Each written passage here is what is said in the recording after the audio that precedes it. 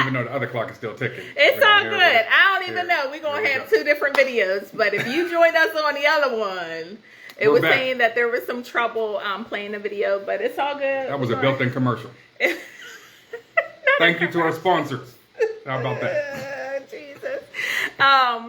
But thank you for joining us regardless. We're going to get this out. We're going to get this story out. Yes. So we were talking about meeting at Sean's house party, and he really wasn't impressed. It wasn't like he was looking for me. He was entertaining all his guests, and I respected that, but I kept my eye on him the whole time. Like, he is, you know what I'm saying? Like, I want to get to know him. I don't know him. What's going on? So yeah, that's where we started. The very first time we met, and he didn't remember that. And literally that was one of the things that I think is true about our story, that, I wasn't hunting Antoinette at that time.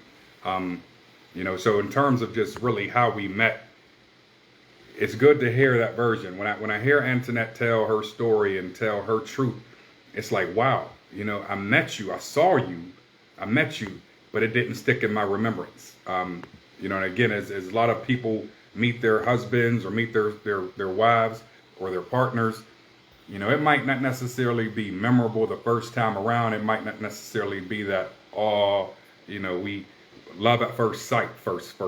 Mm-hmm. And for me, again, it kind of transitions to our connection at Christian Life Skills when we made a trip to Pittsburgh. Yeah. So, part of our schooling, and, again, thanks to Rogers Legan and Sister Barbara Rogers, who was influential in our lives as far as Christian Life Skills in Pittsburgh was concerned, we made a trip like we would at least once a month or ever so often to Pittsburgh. So it wasn't nothing to get up early on a Saturday morning and make that long 1.5, 2-hour trek down.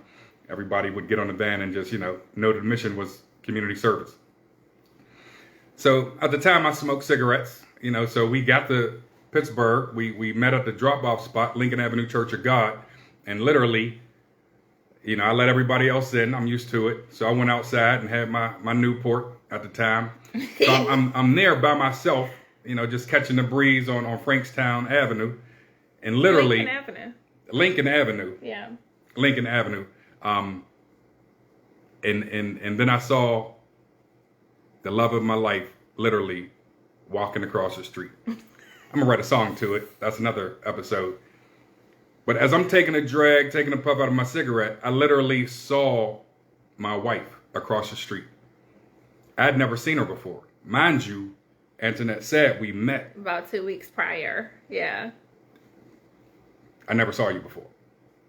So I respect that. Understand that when, the Bible says a man who findeth a wife findeth a good thing, I found my wife that day. So, as I was there, of course, I didn't know she was coming across the street. I'm just looking at this fine, pretty young thing walking down the street. So she made her way at the corner and crossed the street. Yeah. And she was walking my way. That story is deep.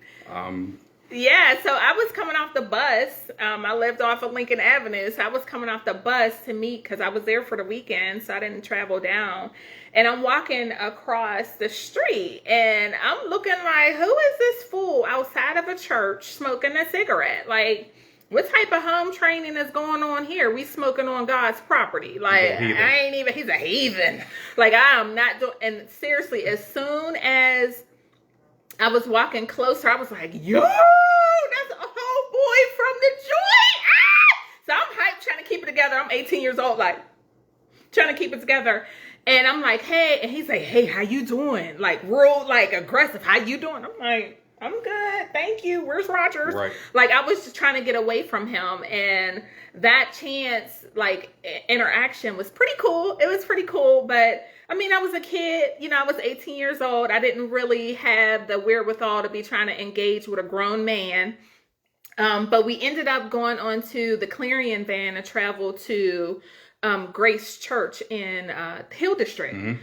And so while we were on the van, who was in the van? So it was Gary Follins. It was Carl Singleton pie. It was David Dean Woods, Joey Hargraves. They were all in the van. And Sean, I don't know where he was sitting at beforehand, but he got in the van. And I got in the van. And he got right in that same row. And he had me locked. He was just like, he shopped his whole demo. I was stuck. Whole demo. I was stuck. Honestly. And that's how I knew it didn't matter. You know, the fellas were clowning, like, you know what I mean? Let her be, leave her alone. Why you all up in her ear? You in her face. Literally, I might have been this close. You were. I was like. I'm like, you need to hear me. You need to hear every word coming out of my mouth. I might not get another chance. Yeah. So again, fellas, if you see her, if you find your wife, don't hesitate. I mean, seriously, go handle your business. Definitely get the mission accomplished, you know, in terms of really just spilling your heart out, as I believe God wanted us to. Yeah, so, and I shared with Antoinette pretty much everything about me, where I was from, trying to make those connections. So, and it worked. While we were in community service, I was in service. Yeah. I was in service, again, trying to make sure that my wife to be understood what it was. So when we were in a van and Sean was sharing like where he was from in Hazelwood, and he asked me I mean, I did get a little bit into the conversation because he was just talking. But he asked me, like, you know, what school did you go to? So I told him I went to Oliver. And hey, Siobhan. And I was like, he said, oh yeah, my cousin went to Oliver. And I'm like, well, if they graduated with me, I know who they are.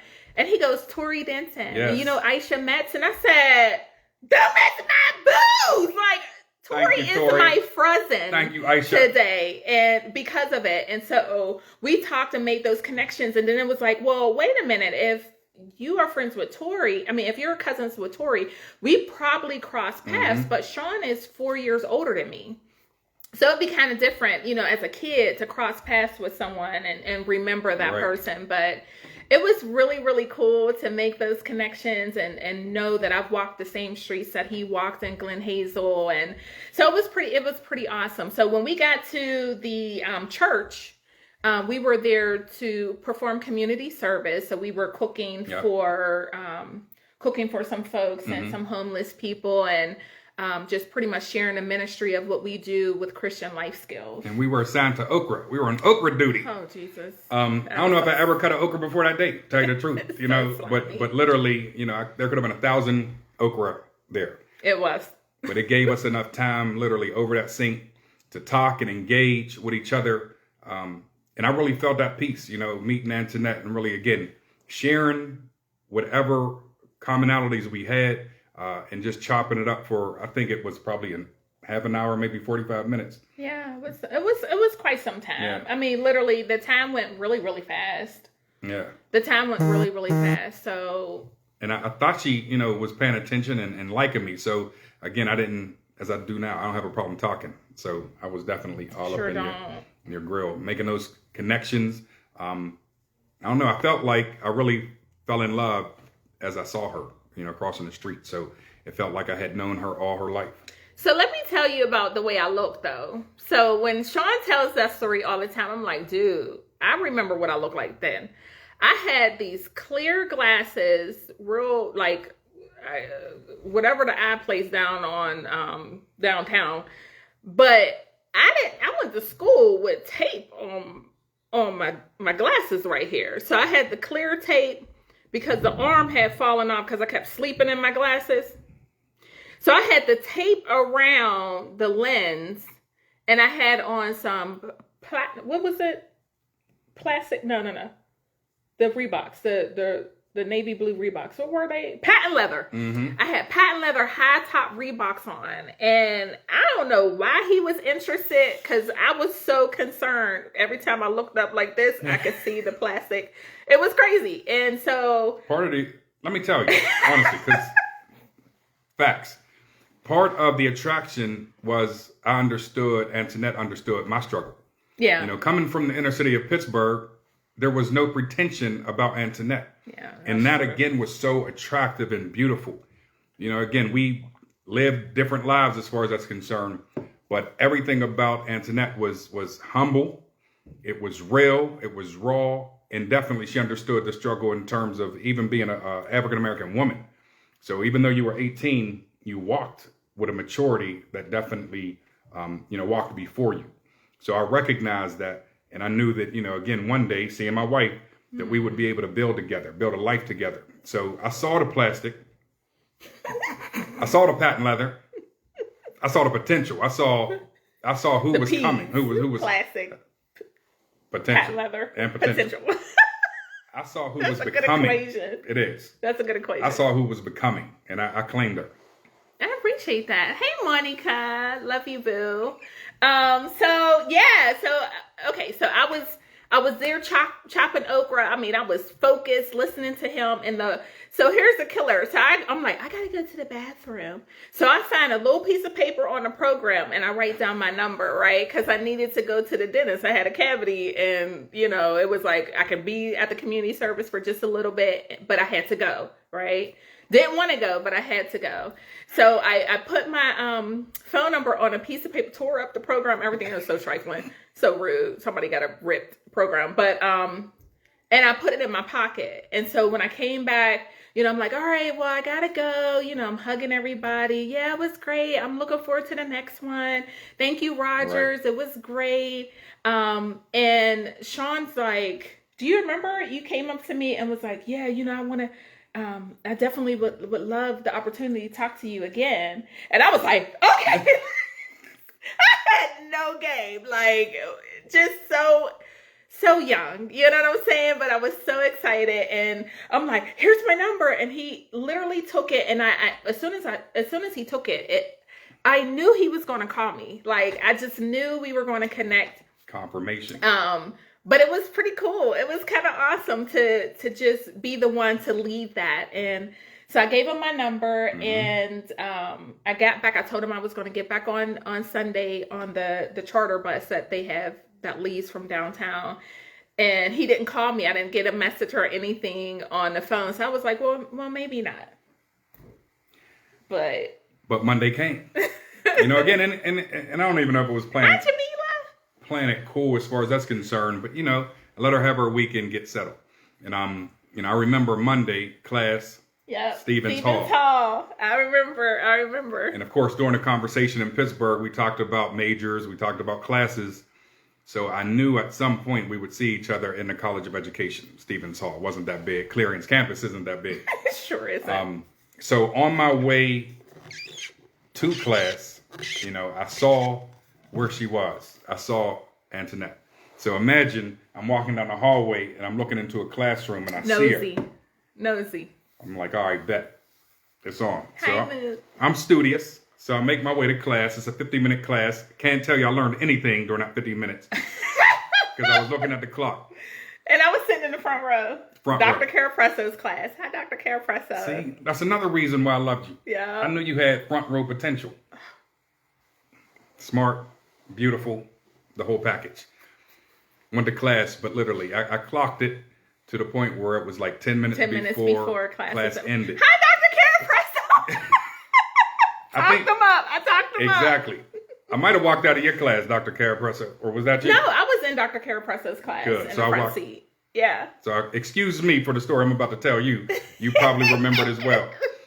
But literally, as I was outside of your class, Dr. Carapresso, looking in, and my heart said it would be okay to do it. So literally, I got her attention, and I asked Antoinette to come out. So that was the boldness that God really put in me, saying she's your wife. Definitely don't let her slip. Make sure that you tend to her. So in that regard, I interrupted your class, Dr. Carapresso, and again I claim my wife. So I asked Antoinette to come out. I was like, come here, let's talk. And I was like, and I didn't leave class. I mean, those of you who were at Oliver, I think I cut class a couple times for Tony. That was about it. Like, I didn't play about school, and I still don't, but that day I got up out that seat and went out into the hallway, and we just connected. And it was just like, oh my gosh, I'm so glad I saw you. And that was it. Like, we both were in relationships, at the time. And I'm telling you, when there's an alignment there, you Yes. guys know, whether it's marriage, it's long-term relationships, whatever it is, when you know, right? It doesn't take years of dating. You know when you know. And that feeling was so real. It was so Magnetic. it was magnetic. It really was. And definitely a God-given divine intervention for sure in our meeting. And so that day, literally we just talked, and then we started scheduling time together. Sean's like, I definitely want you to be successful here. I don't want you to fall out of school. I definitely don't want you to lose focus and what your driven purpose is. And he really invested into me. He invested into what I'm studying and gave me a lot of feedback about what I need to do. This man right here is an English major. Like, he's an African American, got his first bachelor's in secondary English. So he helped me with things like subject verb agreements, making sure that when I speak, I speak with authority. It's you stand up, speak up, shut up, and sit down. Like, everything has to be purposed, and you need to capture people's attention. He taught me that. He helped me understand that at school. And he started scheduling time. Like, I do study hours in the library. Part of that Board of Governors scholarship. Yeah, y'all know what it is. Clarion family. It was amazing. It really was, and it was by chance. And I know a lot of people. Siani's on here. Hi, Mood. Siani said she's heard the story 1,000 times, and it never gets old, because it's really. She's here because of that chance meeting in August of 1996, know, and it's just beautiful. Yeah. And even through the development, again, you have boyfriends, you have girlfriends, as far as that's concerned.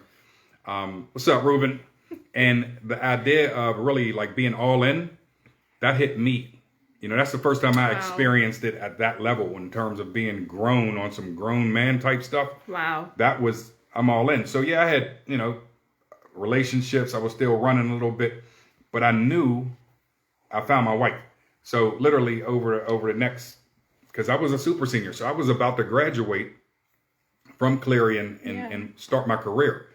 But at the same time, my head was like, I'm going to make a place. I'm going to make a home for my wife, through it all. And through those experiences over the next 7 months, literally, a semester and a half in terms of just living together. So while I was on campus, Antoinette and I spent a lot of time together building our relationship. I'm getting to know each other, so Odell, that's my roadie. Bro. Terrell, roommates, that's my roadie. We still rock. The idea, they are witnesses to our relationship. Our evolution. Yeah, absolutely. Our evolution. Yep. And the thing I do want to clarify, though, like during, it wasn't as if Sean and I started out in a relationship. Sean was my mentor, and my mom laughs about that all the time too. Like, oh, what was he mentoring? But hey, Deanna, another Clarion. She was our roommate, our neighbor of a hillside. Hi, boo. But he was my mentor, and he, for a few months, probably until about late October is when we started our relationship together. But it was, every day, in the evening, studying, made sure that talked to me about professors, everything, like the mentorship. Unmatched. There was really no, as much as I wanted to have a relationship with Sean, it wasn't something that it was like, this is my purpose, is to try to get with him, or he's trying to get with me.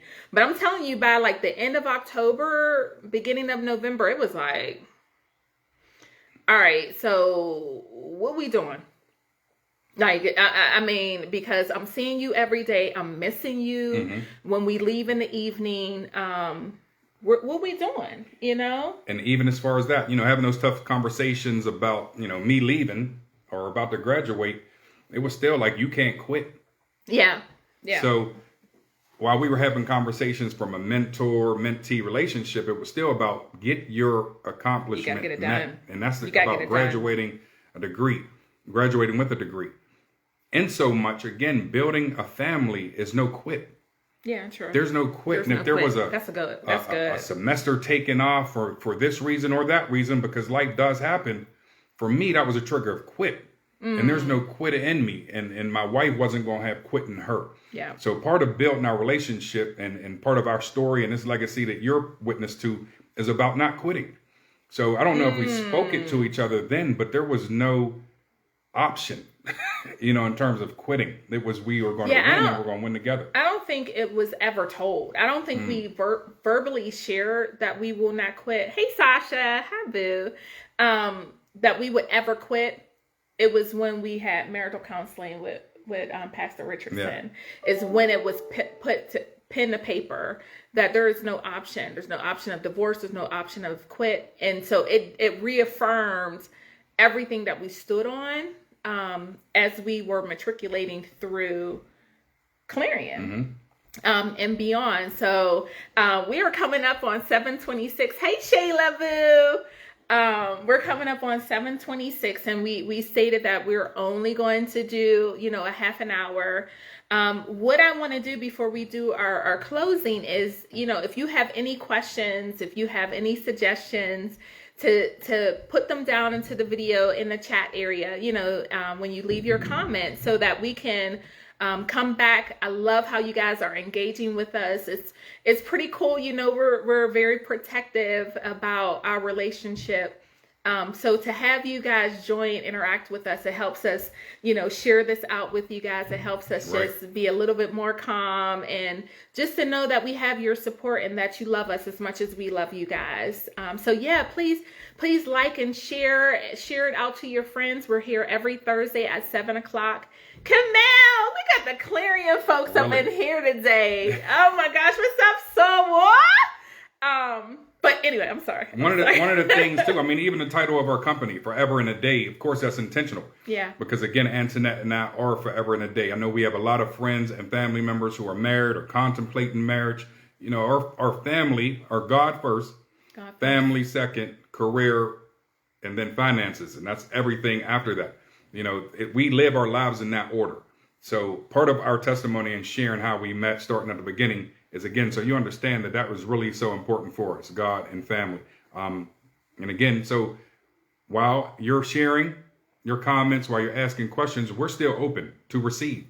So we are always going to be teachable, coachable. So we want to share in this process, whether it's premarital, whether you're married, whether you're mainstays. I think we're mainstays now. We're mainstays, 20 years of marriage. 20 years. Yes. I can't believe it. Wouldn't change one day. I can't believe it. Me neither. Yeah. So seriously, we hope that, again, as we go through the process, that you continue to engage with us. Antoinette mentioned all the ways that you can be in touch with us, continue to be in touch with us. As it is 7:28, we want you to know it's from the bottom of our heart that we share ourselves. Yes. And again, it's not ours to keep. You've just spent time with Sean and Antoinette of Forever in a Day Publishing, LLC, where we focus on God, family, career, and finances. Join us again next Thursday at 7:00 p.m. We want y'all to have a blessed evening. Bye, guys. Love you.